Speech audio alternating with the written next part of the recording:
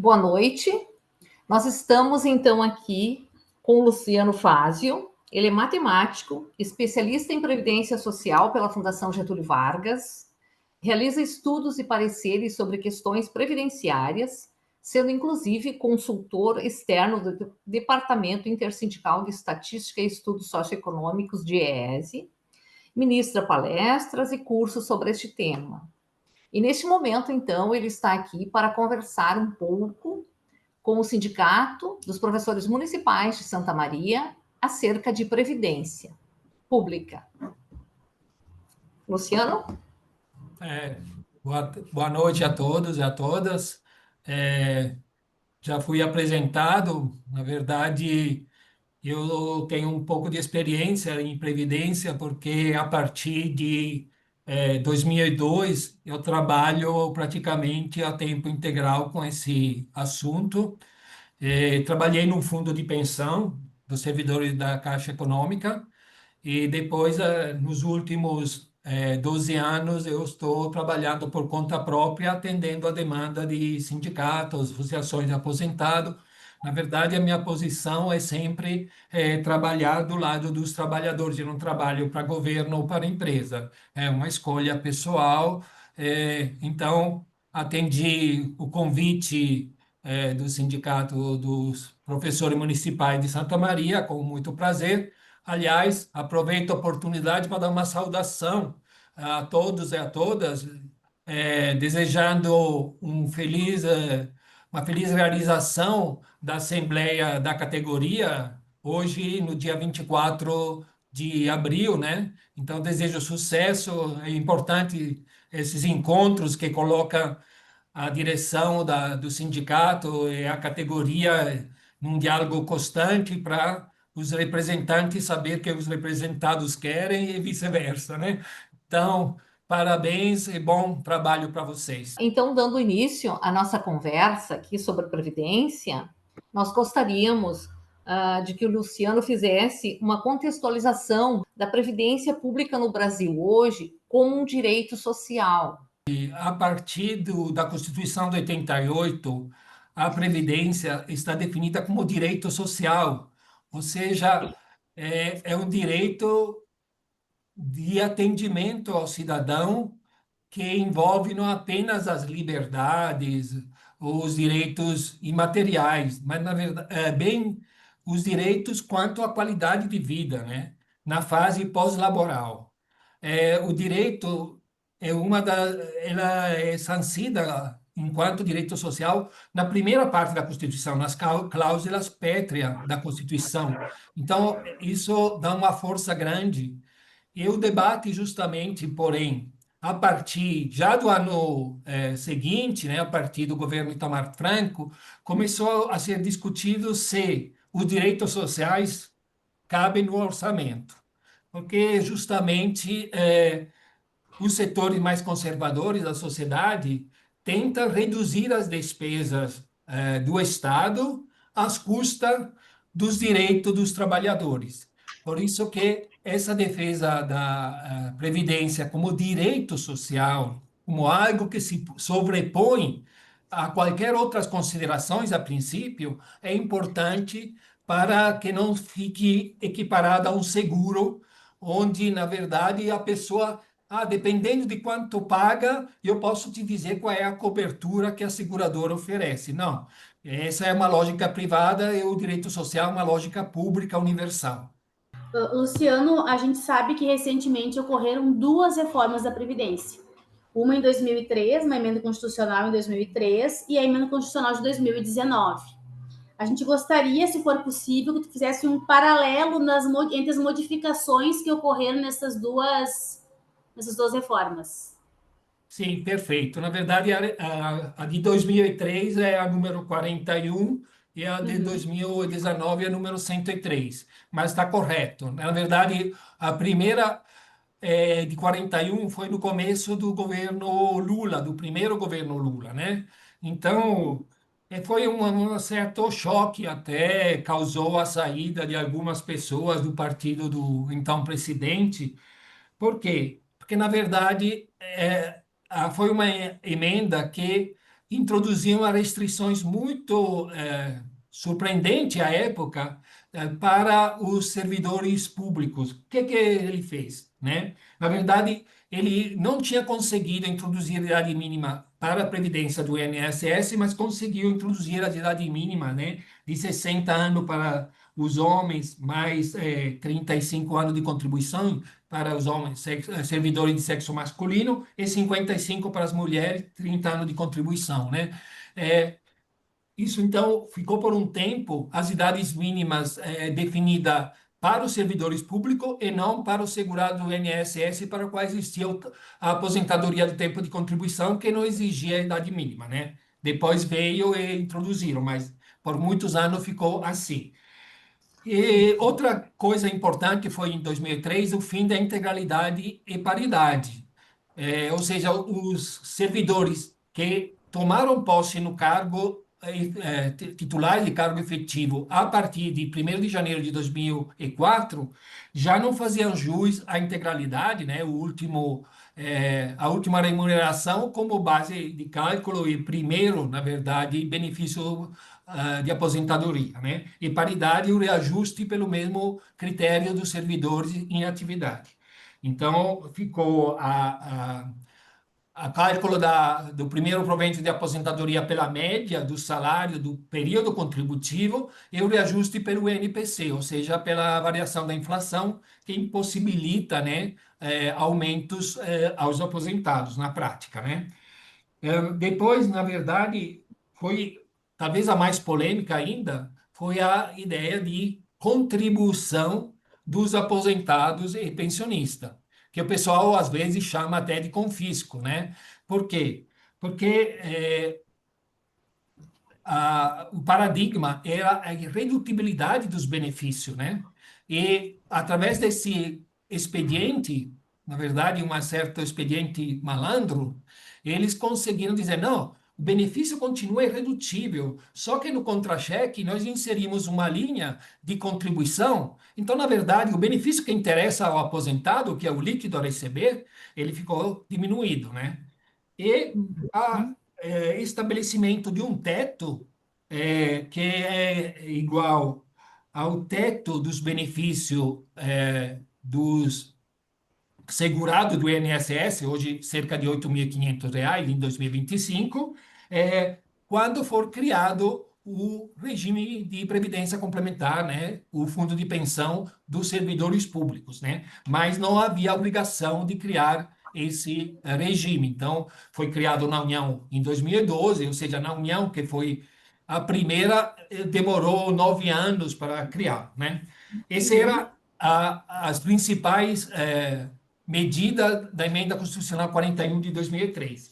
Já a emenda 103 de 2019, ela, na verdade, costuma-se dizer que não atingiu os servidores municipais. Isso é uma meia-verdade. Não atingiu no principal, ou seja, nas regras para a concessão do benefício e nas regras de cálculo do benefício. Mas teve uma série de coisas que atingiram sim, tipo a vedação de incorporar a remuneração do servidor de cargo efetivo, vantagem de caráter temporário e decorrente do exercício de funções de confiança, cargo de comissão.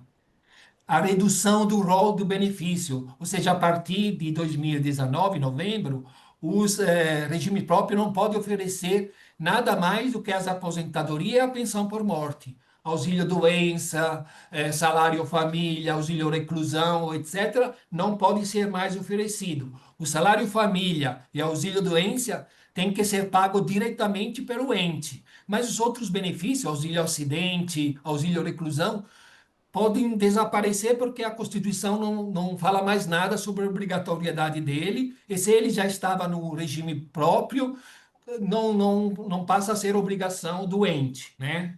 Ainda, uma regra que foi introduzida em 2019 foi a questão que as contribuições do servidor não podem ser inferior às contribuições do servidor federal.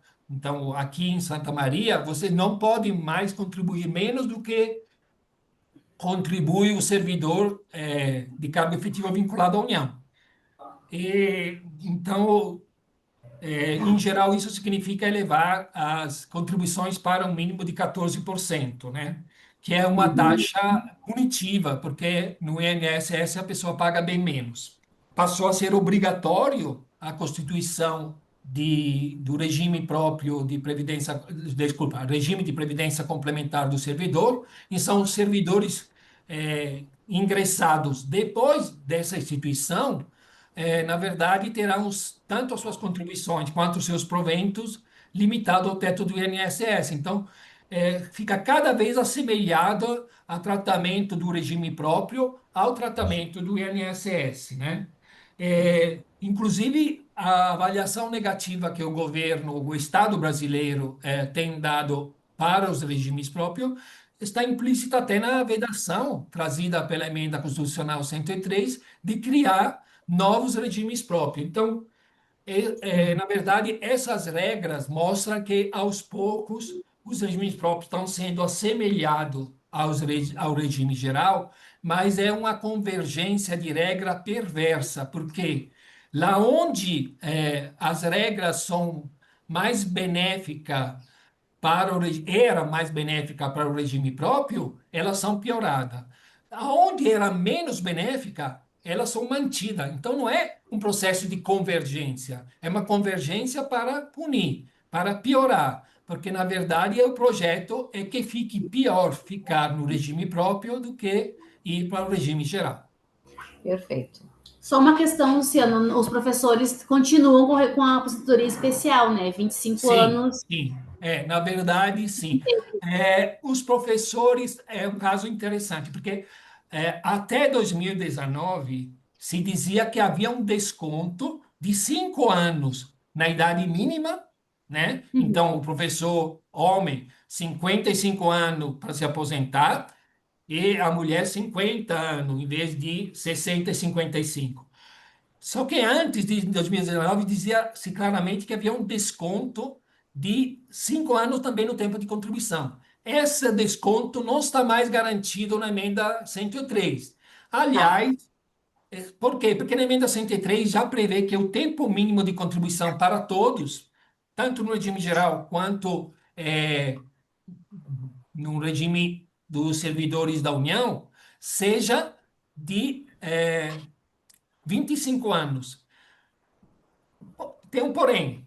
Caso o regime próprio de Santa Maria adote as mesmas regras dos servidores federais e dos segurados do INSS, quando a pessoa se aposenta só com 25 anos, sendo que a regra de cálculo lá no INSS, lá para os servidores federais mudou, na verdade vai ter um prejuízo financeiro, porque vai ser feito 60% da média do salário de contribuição do período laboral com 20 anos, e 2% a mais a cada ano. Mas então o professor que se aposentava, grosso modo, ou com a integralidade, ou com a média cheia, com 5 anos a menos, agora vai se aposentar com 25 anos, mas tendo uma perda financeira significativa e mais significativa para as mulheres.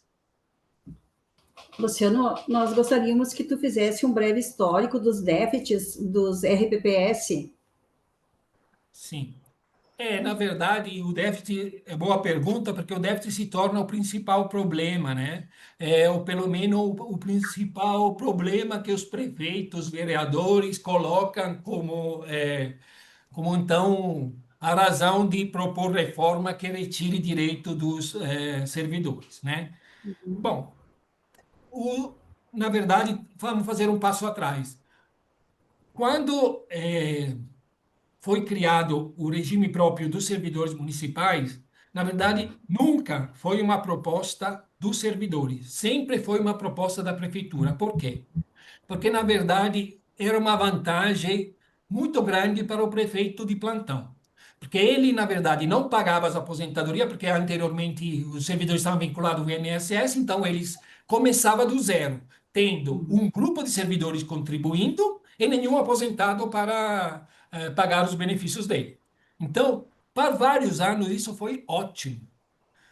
Só que o tempo passa, os servidores envelhecem, se aposentam, e aí o que é que acontece? Acontece que as contribuições que o município, no caso de vocês, estabeleceu lá no passado, era muito baixa, porque realmente não precisava muito.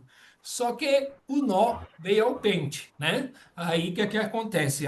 Quando a maioria dos servidores, o número expressivo de servidores se aposenta, é, a- as contribuições já não dão conta. Aí você eleva as contribuições, mas tem um limite.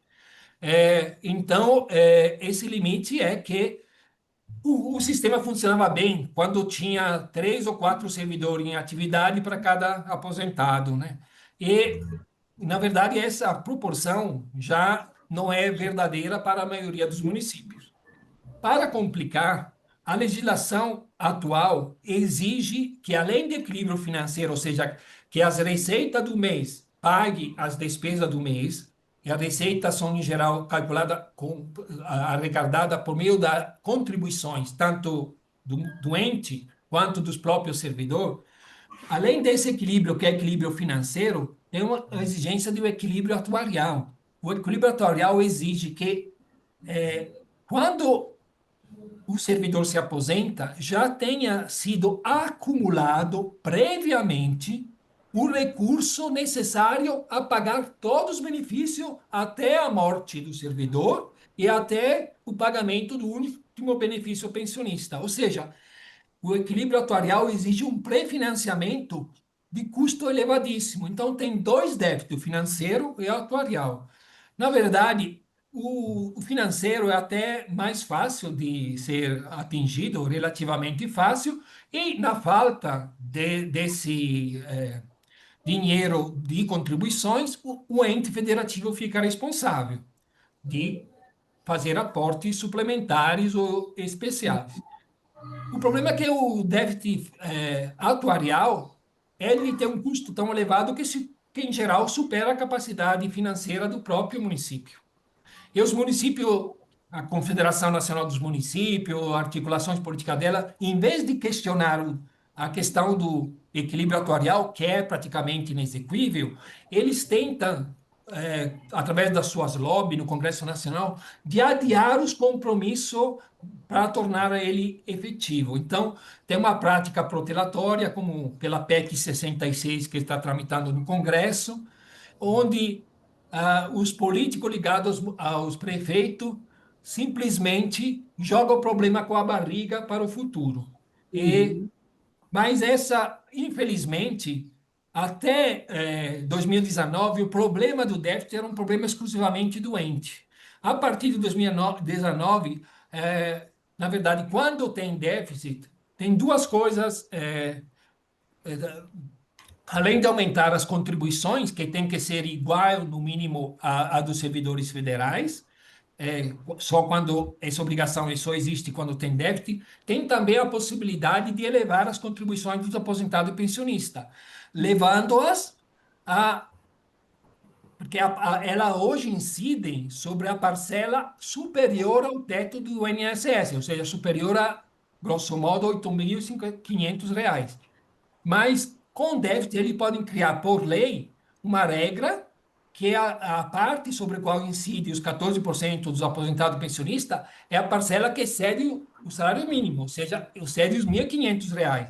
Então, na verdade, se torna um castigo muito grande para todos os aposentados pensionistas, porque praticamente quase todos ganham um pouquinho mais do que o salário mínimo. Então, Isso é aí. uma calamidade essa questão do déficit. Isso é verdade. Seguindo então nesse diálogo, Luciano, a gente gostaria só de frisar esse cálculo que os gestores sempre apontam para nós, né? Que há necessidade para que a previdência seja sustentável, né? De que tenha 3 servidores ativos contribuindo para manter, digamos assim, não sei se é exatamente a palavra, um aposentado, né? Sim. Na verdade,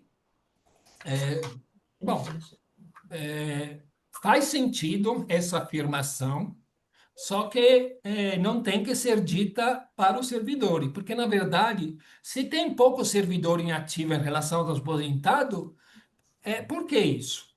Porque isso depende da política de pessoal da própria administração municipal. Então, assim, a falta de concurso público, a Uhum. informatização de serviço, a terceirização de serviço, a contratação de servidores públicos não de cargo efetivo ou Exato. temporário, ou Uhum. empregados públicos que não são concursados. Ou seja, aquela história, o lençol é curto. Quando você tenta, o prefeito, né, a administração do Estado, tenta poupar com a folha de pagamento dos ativos, aí deixa os pés lá para fora, ou seja, deixa a descoberto a questão da previdência dos aposentados e pensionistas. Então, mas o problema é que, às vezes, o gestor tenta dizer que pô, essa é a responsabilidade do servidor. Coisa nenhuma. A responsabilidade é claramente do ente, que passou anos contribuindo pouco, não acumulou em fundo, não estabeleceu uma contribuição adequada e a sobra ser guardada para os tempos de vacas magras, e Uhum. agora está dizendo: ah, vocês são muito caros. Não, não é vocês que são muito caros. É que a gestão não foi responsável, mas a responsabilidade é da administração, não do servidor que pagaram religiosamente sempre as suas contribuições. Ele não dá um calote, ele não são inadimplente, ele cumpre com as regras. Quem não cumpriu é o outro lado. Sobre as responsabilidades de cada ente público, né? Município, Estado e União, para o financiamento com a Previdência. Como é que tu pode explicar como é que funciona essa relação? Na verdade é o seguinte. O regime próprio, né, que é o caso de vocês, né, professores, servidores de cargo efetivo concursado, na verdade você tem uma obrigação de contribuir. E o ente também.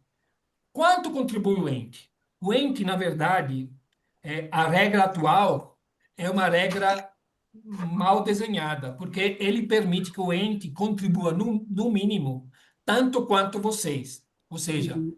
se vocês contribuem R$ 1, para cada real contribuído pelos servidores, o ente tem que pôr R$ 1 também. Mas o máximo que ele pode contribuir é 2 por 1, ou seja, R$ 2 para cada real contribuído. Muitos municípios, por muitos anos, ficaram pegando o mínimo, né? Naquela lógica irresponsável a que eu me referia antes. Então, na verdade, primeira coisa, a responsabilidade do ente é contribuir adequadamente, mas ele prefere não contribuir rotineiramente porque ele prefere, às vezes, contribuir pouco na contribuição normal, sabendo que vai dar um déficit, mas o déficit ele pode financiar em muitos anos. Então, na verdade, o que acontece é que ele deixa o déficit, faz um plano de amortização. Esses planos de amortização, que em geral tem 35 anos para ser pago, ele prevê de forma esperta, um pouco malandra, que as contribuições do período do prefeito que faz a lei sejam baixas e depois, ao longo dos anos, cresce. Só que quando chega o prefeito, passa o mandato do prefeito que fez a lei, chega outro prefeito, etc., o prefeito se dá conta que está muito alta. Então, o que é que ele faz? Ele faz o seguinte: chama a Câmara dos Vereadores e diz: vamos fazer um ajuste no plano de amortização. Então, vamos refinanciar a dívida. E, de novo, e eu começo com a minha gestão com a amortização baixa, é uma bola de neve. Eu deixo sempre o problema, eu, prefeitura, deixo sempre o problema estourar para os prefeitos que virão. Então, é uma lógica irresponsável. Mas, recentemente, teve um problema a mais, que é justamente o que disse, que antes era o seguinte: a insustentabilidade ficava, na verdade, atribuindo responsabilidade cada vez maior à prefeitura, à Câmara dos Vereadores, aos entes da administração direta do município. Mas agora, a partir da emenda constitucional 103 de 2019, essa conta é parcialmente repassada aos servidores, através de alíquota de contribuição elevada a 14%, ou mais, né? Porque 14% é um piso e não existe teto, né? Então, olha só, né? E a questão da contribuição dos aposentados, que é, na verdade, uma forma de reduzir o benefício concedido, que deveria ser irredutível. Então, é realmente muito sério. A responsabilidade de contribuir adequadamente e de cobrir as insuficiências, os déficits, que era exclusivamente do município, a partir de 2019, passa a ser transferida parcialmente para o servidor. Sim. Com certeza precisamos estar bem cientes, né? E dando continuidade, então, mais uma pergunta da nossa preocupação, né? Que a gente sabe que o momento é difícil, né? E então, eu gostaria que tu explicasse também, Luciano, como é que se dá o aumento das alíquotas idade para o cálculo das aposentadorias. Bom, na verdade, o município está independente, ou seja, tem autonomia para definir essas regras.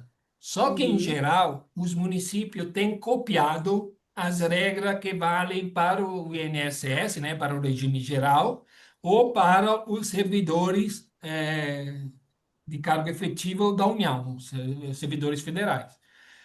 Então, em geral, eles apresentam isso como uma adequação à regra do INSS ou do servidor, e quando essa adequação não é exigida em lei, não é obrigatória. Mas é uma referência que, no discurso, ajuda o prefeito, porque ele passa para a sociedade que ele nada mais está fazendo do que uma adequação, porque tem que ser todo mundo igual. Não, não tem que ser todo mundo igual, porque, na verdade, vocês contribuem mais, tem umas regras de remuneração até enquanto ativos, às vezes mais pesada, e também a própria remuneração tem sido mais pesada, porque quando vocês fizeram o concurso público, a lógica era que o servidor ganhava menos em atividade, mas tinha como contrapartida uma garantia mais sólida para a aposentadoria. A gente está meio estarrecido com as informações, mas como tu disseste, são necessárias, né? A gente precisa conhecer, precisa estar prevenido ao que vai vir. A gente, como tu disseste, a gente ainda não sabe o que vem, mas precisamos estar atentos ao que vem, e é isso que a gente tem falado para a nossa categoria, Luciano. Que a gente estamos mobilizando para que estejamos atentos, porque a gente sabe que não vai vir um chocolate de presente, né? Não. Eu acho que eu gostaria de te agradecer a tua disponibilidade, tá? Por ter estado conosco hoje, por ter nos explicado. Muitas coisas, pelo menos para mim, clarearam, que eu sempre escutava, mas não ficava meio nebuloso. Hoje eu consegui entender com o que tu falaste. E esperamos contar contigo em outros momentos nessa jornada que a gente acredita que vai ser um pouco longa. Essa luta vai ser meio longa, a gente acredita. Eu agradeço a oportunidade, desejo realmente bom trabalho para você nessa assembleia e nessa luta, que é uma luta que não para num dia de assembleia, é uma luta contínua de defesa dos interesses e dos direitos dos professores de Santa Maria. Obrigado. Obrigada. Boa noite. Boa noite.